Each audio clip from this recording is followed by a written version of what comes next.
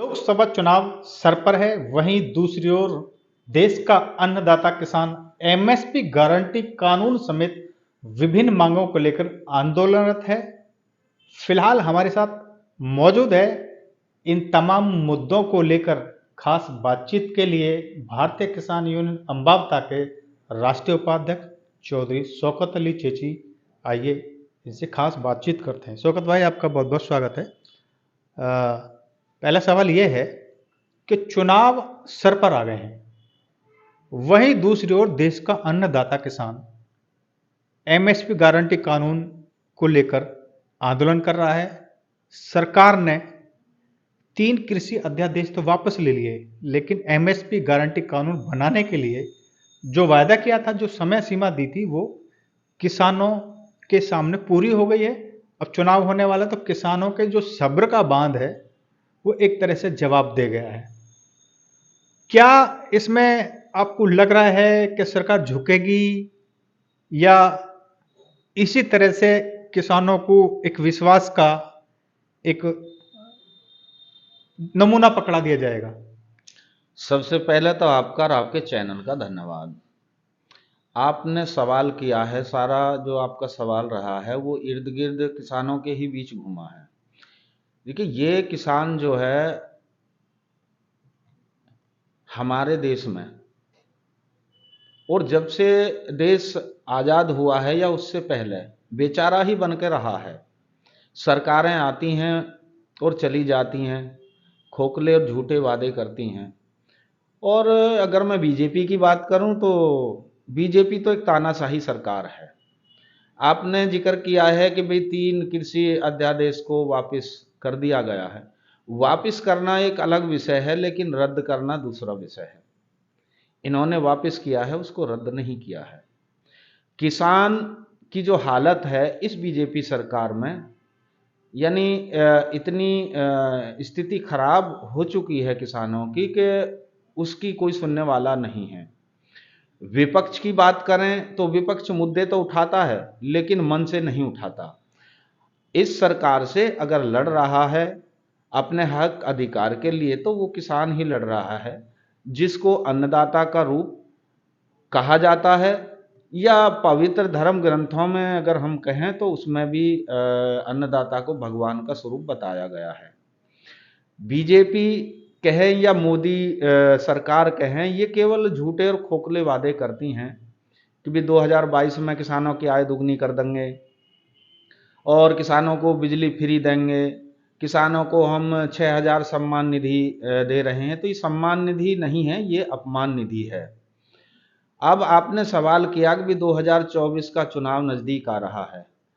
किसानों की सुनने के लिए बीजेपी बिल्कुल तैयार नहीं है। केवल कहती है कि भाई हम किसानों के साथ हैं, लेकिन उनके हक अधिकार के लिए उन पर जो है वेटर गन से जो है पानी की बौछार करते हैं, उन पे आंसू गैस के गोले दागते हैं, सड़कों को खोद दिया जाता है, और सीमाओं जैसी ज़्यादा खतरनाक बाढ़ रोडों पर लगा दिया जाता है कि ताकि किसान दिल्ली में नहीं घुसे। भाई दिल्ली तो पूरे देश की है, और 70% से भी ज़्यादा किसान जो है हमारे देश की आर्थिक व्यवस्था को संभाले हुए अपने कंधों पर। किसानों के बेटे देश की सीमाओं की रक्षा करते हैं, अपने प्राणों की आहुति देते हैं। अगर भारत के अंदर किसान है तो हमारा देश संपन्न है, तरक्की है। लेकिन आज समय वो आ गया है, इस तानाशाही सरकार ने, इस बीजेपी सरकार ने किसानों को देश का सबसे बड़ा दुश्मन समझ रखा है। आपने सवाल किया है कि भी धरना आंदोलन 13 महीने पहले चला, 750 से ज़्यादा किसान वहाँ शहीद हो गए थे, और उनको जन न जाने किन किन नामों से अपमानित किया गया है। अब दिल्ली और पंजाब हरियाणा के बॉर्डर पर किसान बैठे हुए हैं। मीडिया और सोशल मीडिया के माध्यम से आप जैसे बुद्धिजीवी पत्रकारों ने जो वहाँ की स्थिति को दिखाया गया है, बताइए, एक किसान को जवान से लड़ाया जा रहा है, वो भी तो हमारे ही भाई हैं, हमारे ही देशवासी हैं, लेकिन क्या करें, उनकी मजबूरियां हैं। लेकिन मैं उन मजबूरियों में ये भी कहूँगा कि जो वो हमारे अपने हैं, उनको इतनी शर्म आनी चाहिए कि भाई एक नौकरी की खातिर, एक गुलामी की तरह वो जिंदगी जी रहे हैं, अपने भाइयों पे ही गोलियां चला रहे हैं। अब लगभग मेरे ख्याल में 7 या 8 जवान अभी तक वहाँ शहीद हो गए हैं। और कोई हार्ट अटैक से मरे हैं बुजुर्ग, कोई जो है गोली से मरा है, जिसकी सीधी सर में गोली मारी गई है। तो आखिर ये क्या है? तो ऐसी जो भयंकर स्थिति चल रही है, ये कहीं ना कहीं जो है अंग्रेजी शासन की याद को ताजा करती है। तो ये बीजेपी सरकार किसान हित में तो है नहीं, ये किसान विरोधी सरकार है। आप कह रहे हैं किसान विरोधी सरकार है, चुनाव के एन वक्त पहले ही एक बार फिर आंदोलन शुरू हुआ। क्या आपको लग रहा है कि एमएसपी गारंटी कानून को लेकर सरकार झुकेगी, यानी कानून बनाया जाएगा?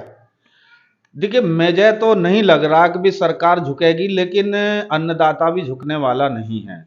इसमें एक शिगुफा छोड़ा जा रहा है कि भाई अगर सभी फसलों पे एमएसपी गारंटी कानून बना दिया जाएगा तो लगभग 11 लाख करोड़ रुपए का सरकार पर भार पड़ेगा।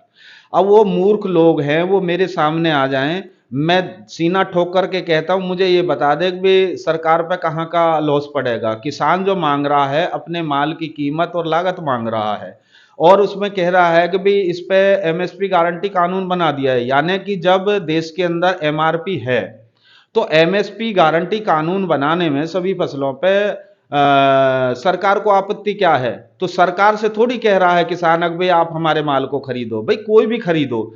लेकिन ये जो सरकार है ये उद्योगपतियों की, व्यापारियों की सरकार है। और व्यापारी और उद्योगपति जो बड़े बड़े होते हैं वो बीजेपी को फंड देते हैं। तो किसान के माल को 9 रुपए में खरीद करके 100 रुपए में बेचा जा रहा है, तो उसका लाभ सरकार भी ले रही है और उसका उद्योगपति भी लागे। इस वजह से एमएसपी गारंटी कानून बनाने के लिए तैयार है नहीं है। बशर्ते मैं इसमें एक चीज और जोड़ देता हूं कि ये हमारे जो देश का अन्नदाता है ये बैठने वाला नहीं है, और बीजेपी भी यही चाहती है कि भाई ये आंदोलन लंबा खिंचे, चुनाव के बाद तक खिंचे और किसानों को बदनाम किया जाए। लेकिन आगे आने वाला समय क्या होगा ये तो समय ही बताएगा, लेकिन किसान भी पीछे हटने वाला नहीं है। किसान और सरकार आमने सामने है, आप ये करेंगे चुनाव तय खिंचेगा, तो इसका कितना असर पड़ेगा चुनाव पे, भाजपा सरकार जो सत्ता में है? देखिए, भाजपा सरकार पे तो असर तो पड़ना लाजमी है, क्योंकि 10 साल बहुत होते हैं। भाई किसानों को आखिर इस सरकारों ने दिया क्या? अब सवाल वही आता है कि भाई लोग कहते हैं कि भाई सम्मान निधि दे रही है, ये दे रही है, वो दे रही है। बोनस सरकार ने पूरे देश का खत्म कर दिया।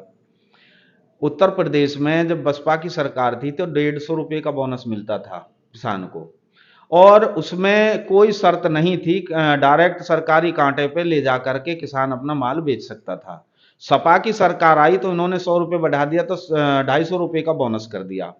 अब सवाल सबसे बड़ा जो खतरनाक और गंभीर ये है कि सपा की सरकार में नहरों का पानी फ्री था, लेकिन बीजेपी सरकार ने नहरों पर चार्ज लगा दिया। और जो 12 का रेट था वो फिक्स था, यानी हमारी जो 12 थी उस टाइम पे जाकर रहा 410 रुपये जाकर रहा फिक्स।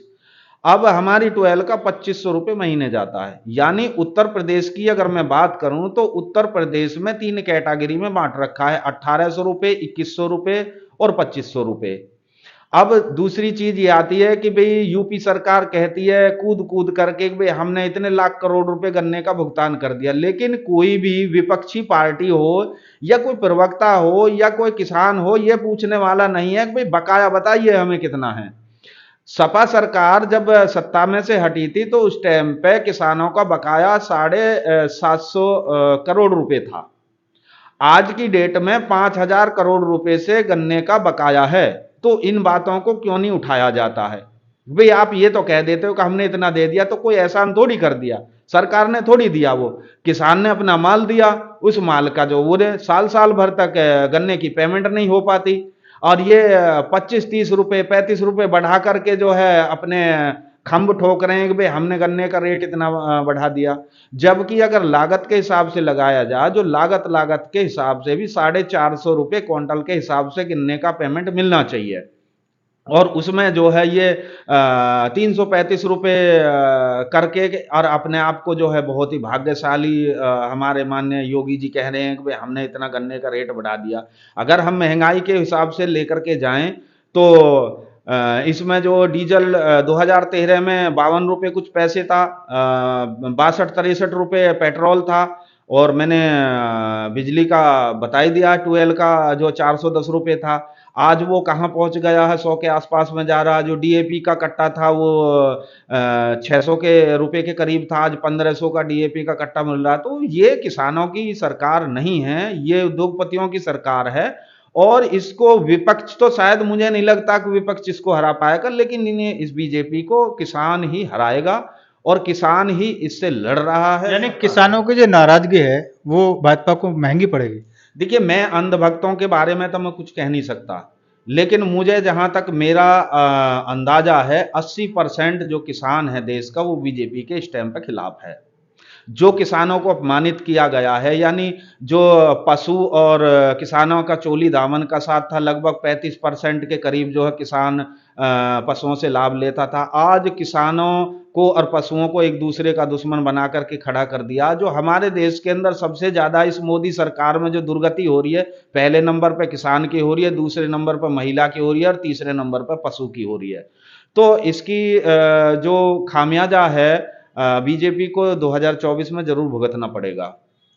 अच्छा, पश्चिमी उत्तर प्रदेश में गौतम बुद्ध नगर जिले का एक महत्वपूर्ण स्थान है और आप भी गौतम बुद्ध नगर से आते हैं। भारतीय किसान यूनियन अम्बावता में बतौर राष्ट्रीय उपाध्यक्ष। तो ये बताइए, यहाँ भी दर्जनों किसान संगठन हैं जो चल रहे हैं, उसमें भारतीय किसान अम्बावता का एक अहम योगदान है, एक अहम किरदार है। तो ये जो दिल्ली में एमएसपी गारंटी कानून को लेकर जो किसान हैं, जो धरना दे रहे हैं, जो आंदोलन कर रहे हैं, क्या स्थिति है गौतम बुद्ध नगर की? देखिए, मैं अभी बहुत जल्दी में ही मैंने अम्बावता को चुना है, और माननीय राष्ट्रीय अध्यक्ष ऋषिपाल अम्बावता जी से मेरी कई बार वार्ता हुई है, मुलाकात भी हुई है। तो सबसे पहले जो एमएसपी वाला मैटर चला था, माननीय राष्ट्रीय अध्यक्ष अम्बावता जी उस कमेटी के हिस्सा रहे हैं।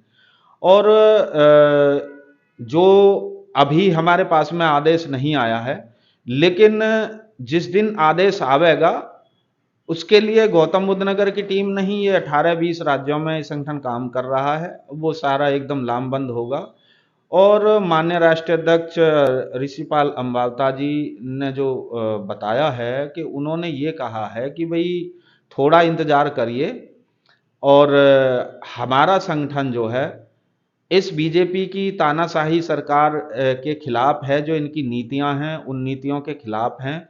गौतम बुद्ध नगर हो या अन्य हमारे जितने भी राज्य हैं, इन सब में किसानों के जो अधिकार दबाए जा रहे हैं, जो किसानों की जायज मांग है उनको नहीं सुना जा रहा, उसका जो है मजबूती के साथ में विरोध किया जाएगा। और धरने, आंदोलन, प्रदर्शन होंगे।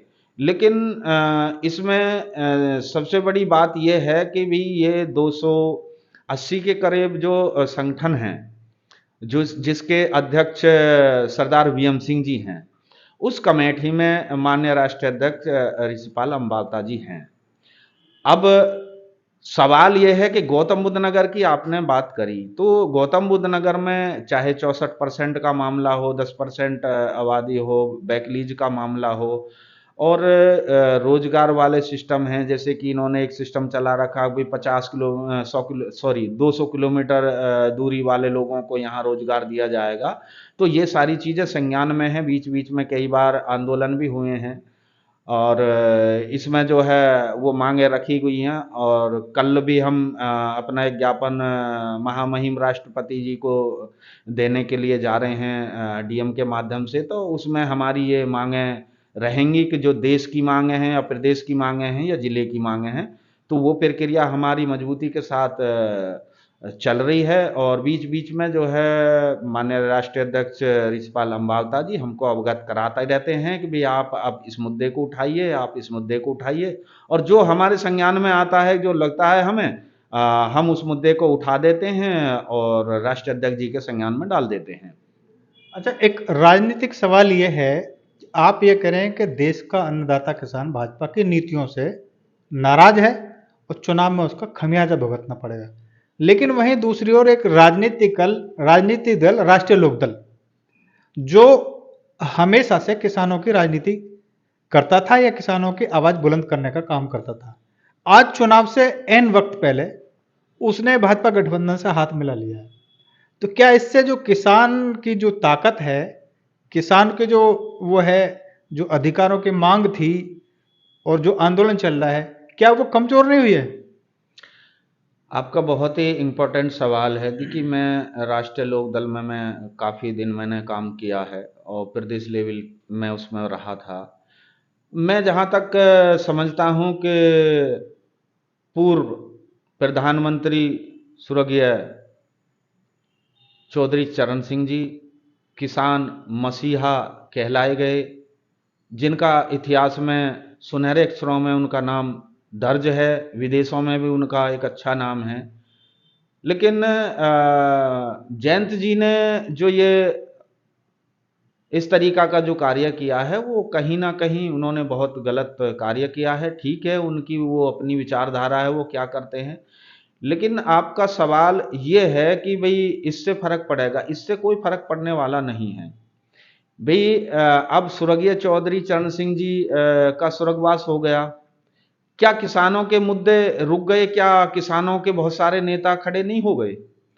तो देश के अंदर किसानों के बहुत मजबूत नेता हैं, जिसमें ऋषिपाल अम्बावता जी का नाम सुनहरे शब्दों में आता है, सरदार वीएम सिंह जी हैं, और बहुत सारे ऐसे सैकड़ों किसान नेता हैं कि जो किसानों की आवाज़ को मजबूती से उठाते हैं। लेकिन जयंत जी ने जो ये कार्य किया है, उन्होंने निजी स्वार्थ में किया है। और आगे आने वाला, हालांकि वो, जहाँ तक मैं समझता हूँ कि राष्ट्रीय लोकदल आधा तो खत्म हो चुका है और धीरे धीरे आकर के एक दिन समाप्त हो जाएगा, क्योंकि एक केवल उत्तर प्रदेश के अंदर यही एक पार्टी थी जो किसानों के हक की बात करती थी। और जो बुद्धिजीवी लोग थे, आप जैसे पत्रकार थे, तो वो कहते थे कि भी जयंत चौधरी जी में स्वर्गीय चौधरी चरण सिंह जी की झलक दिखाई देती है। लेकिन उनको झलक को उन्होंने जो है धूमिल कर दिया है। उन्होंने कहीं ना कहीं किसानों का अपमान किया है और जाट कम्युनिटी का, जाट बिरादरी का उन्होंने अपमान किया है। उनको ऐसा नहीं करना चाहिए। देखिए, निजी स्वार्थ एक अलग चीज होती है, लेकिन स्वार्थ इस तरीका का भी नहीं होना चाहिए कि भी जो बहुत सारे उनके मामले ऐसे आए हैं कि भी हाथरस का मामला हो उसमें यानी उस आपका ये कहना है कि वो अपनी विचारधारा से, जो स्वर्गीय चौधरी चरण सिंह जी की विचारधारा थी, उससे भटक गए? नहीं, उससे भटक नहीं गए। चौधरी चरण सिंह जी की विचारधारा का उन्होंने अपमान किया है, मैं तो यही कहूँगा।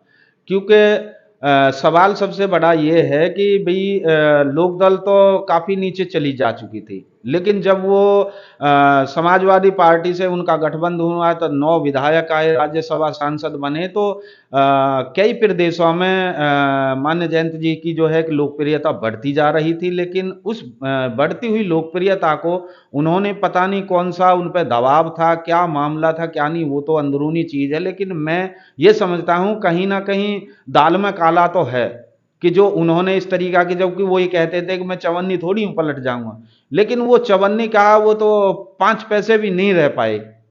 तो इस तरीका का जो उन्होंने कार्य किया, वो कहीं ना कहीं गलत किया है। उन्हीं की, यानी जाट कम्युनिटी या जो बुद्धिजीवी पत्रकार हैं, या जो जाट कम्युनिटी के बुद्धिजीवी लोग हैं, किसान नेता हैं, वो सब इनकी जो है मुखालफत कर रहे हैं, इनकी बुराई कर रहे हैं, निंदा कर रहे हैं। और इनका भविष्य जो है, लोकदल का भविष्य आगे चल के बिल्कुल समाप्त हो जाएगा। मैं तो केवल यही समझता हूँ।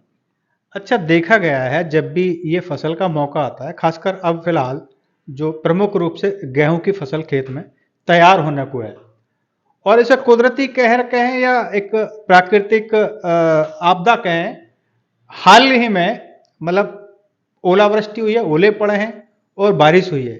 तो इसमें क्या मानते हैं, कितना किसान का नुकसान हुआ है, और सरकार से क्या आप मांग करना चाहते हैं, किसान की किस तरह से मदद की जानी चाहिए? बहुत अच्छा आपका सवाल है। इस चीज़ में मैं एक चीज़ जोड़ देता हूँ कि जिसके नहीं होते घर परिवार, वो का जाने अत्याचार, भ्रष्टाचार, बलात्कार, हत्या, आत्महत्या, ये सब चरम सीमा पर चल रही हैं। चाहे आपने जो है, मेरी धान की फसल बर्बाद हुई थी, आपने 3 बार मेरा इंटरव्यू लिया था, आप खेत पर भी गए थे, और बाकी विपक्षी पार्टियों के नेता, बहुत सारे किसान नेता, सबने ज्ञापन दिए, सबने आंदोलन करे, टीवी पे भी बहुत सारी चर्चाएं चली इस तरीका की, वो लगभग 12-13 राज्यों में वो फसल बर्बाद हुई थी धान की। लेकिन मैं नहीं समझता कि शायद किसी को यानी 100 किसानों में से किसी 5 किसान को इस सरकार ने मुआवजा दिया होगा। अब सवाल ये आ रहा है कि 6-7 राज्यों में अभी बेमौसम बरसात ने गेहूं की फसल को चौपट कर दिया। किसान बेचारा ही बन करके खड़ा है इस सरकार में, उम्मीद तो ना के बराबर है। हालांकि अभी मैं टीवी पे देख रहा था तो उसमें पट्टी चल रही थी कि माननीय योगी जी ने आदेश दे दिया है कि भाई उसका सर्वे कराया जाए, क्योंकि चुनाव नजदीक आ रहे हैं तो ये कहीं ना कहीं ड्रामेबाजी तो ये करेंगे ही। लेकिन मुझे उम्मीद तो कम है कि भाई ये कहीं ना कहीं जो है किसी मुआवजा दे सकें। हाँ, इतना अंदाजा जरूर है, जैसे पंजाब में भी किसानों की फसल बर्बाद हुई है तो वहां तो उम्मीद मुझे लग रही है कि वहां आम आदमी पार्टी की सरकार है, वो मुआवजा शायद किसानों को दें। बाकी जहां जहां बीजेपी की सरकार है, ये केवल इतना जरूर करेंगे। मुख्य मांग क्या है आपकी? इसमें मुख्य मांगे मैं जोड़ देता हूं। इसमें मुख्य मांगे ये हैं कि जो गेहूं की फसल है या अन्य मटर की फसल है, सरसों की फसल है और फल सब्जी हैं, ये जो जहां जहां ओलावृष्टि से और बेमौसम बरसात से जो बर्बाद हुई हैं, उसका सरकार द्वारा अधिकारियों को आदेश दिया जाए और वहां लेखपाल, गांव का प्रधान, अन्य बुद्धिजीवी लोग हों और उस खेत का सर्वे किया जाए कि भाई किसान की जो फसल में कितना नुकसान हुआ है, उस नुकसान का मुआयना करके उसकी रिपोर्ट लगा करके बहुत जल्द से जल्द सरकार की तरफ से उसका मुआवजा दिया जाए किसानों को। और बहुत सारे किसान जो हैं हार्ट अटैक की बीमारी से, यानी फसल का जो नुकसान हुआ है उस नुकसान की भी भरपाई में जो है वो तो साथ नुकसान की भरपाई तो हो ही हो, लेकिन बशर्ते जिस किसान की अकस्मात जो मौत हो गई है फसल बर्बाद होने के अनुसार, उसके के परिवार को एक अनुदान बड़ी राशि दी जावे और उसके परिवार में से एक ना एक सदस्य को सरकारी नौकरी दी जाए। ये अम्बावता संगठन ये मांग करता है। दूसरी चीज, ये अम्बावता संगठन ये भी मांग करता है कि जो दिल्ली और पंजाब के बॉर्डर पर जो किसान वहां बैठे हुए हैं, 66 जो किसान वहां पे शहीद हुए हैं, उन पुलिस वालों पे कानूनी कार्रवाई की जाए जिन्होंने गोली से मारा है और ये छर्रे वगैरह मारे हैं, आंसू गैस के गोले से जो मरे हैं, उन दोषी पुलिस वालों की जांच करके उनको सजा दी जाए और सरकार की तरफ से कम कुछ भी कम से कम 1 करोड़ रुपए का शहीद किसान को मुआवजा दिया जाए। और जितने फर्जी मुकदमे दर्ज करे गए हैं वो मुकदमे सरकार को वापसी लेने चाहिए और किसानों का जो धरना चल रहा है उस धरने में जितनी भी सारी मांगे हैं केंद्र सरकार को, प्रदेश सरकार को वो मांग पूरी करनी चाहिए और हंसी खुशी उन्हें अपने घर भेज दे केंद्र सरकार और प्रदेश है, ताकि वो 2024 में मोदी जी दोबारा से प्रधानमंत्री, तीसरी बार प्रधानमंत्री बन सके। वरना तो बीजेपी का मामला तो किसान ही साफ करेगा। विजय लाइव से बात करने के लिए आपका बहुत बहुत धन्यवाद। धन्यवाद आपका और आपके चैनल का। मैं आशा करता हूं आपका चैनल आगे तक भी किसान, गरीब मजदूरों की, असहाय लोगों की आवाज़ ऐसे ही इस तरीका से उठाता रहे, क्योंकि आप जैसे देश में जो है पत्रकार, आप जैसे कंपनी के चैनल बहुत कम बचे हैं जो सच्चाई को दिखाते हैं। बाकी तो गोदी मीडिया हो गया है, उनसे तक और कहना ही कहाँ। लेकिन मैं धन्यवाद करता हूँ आप जैसे पत्रकारों को कि जो किसानों की, गरीबों की, मजदूरों की और जो जायज़ मांगे हैं उन मांगों को जो है आप बुद्धिजीवी लोगों के दरवाजे तक पहुंचते हैं और जनता के बीच में पहुंचते हैं और उनकी आवाज़ों को सरकार तक पहुंचाते हैं। आपका बहुत बहुत धन्यवाद। तो ये थे भारतीय किसान यूनियन अम्बावता के राष्ट्रीय उपाध्यक्ष चौधरी शौकत अली चेची। इनका ये साफ कहना है कि देश का अन्नदाता किसान एमएसपी गारंटी कानून समेत विभिन्न मांगों को लेकर आंदोलन कर रहा है, लेकिन ऐसा नहीं लग रहा कि सरकार इन मांगों को गंभीरता से ले रही है।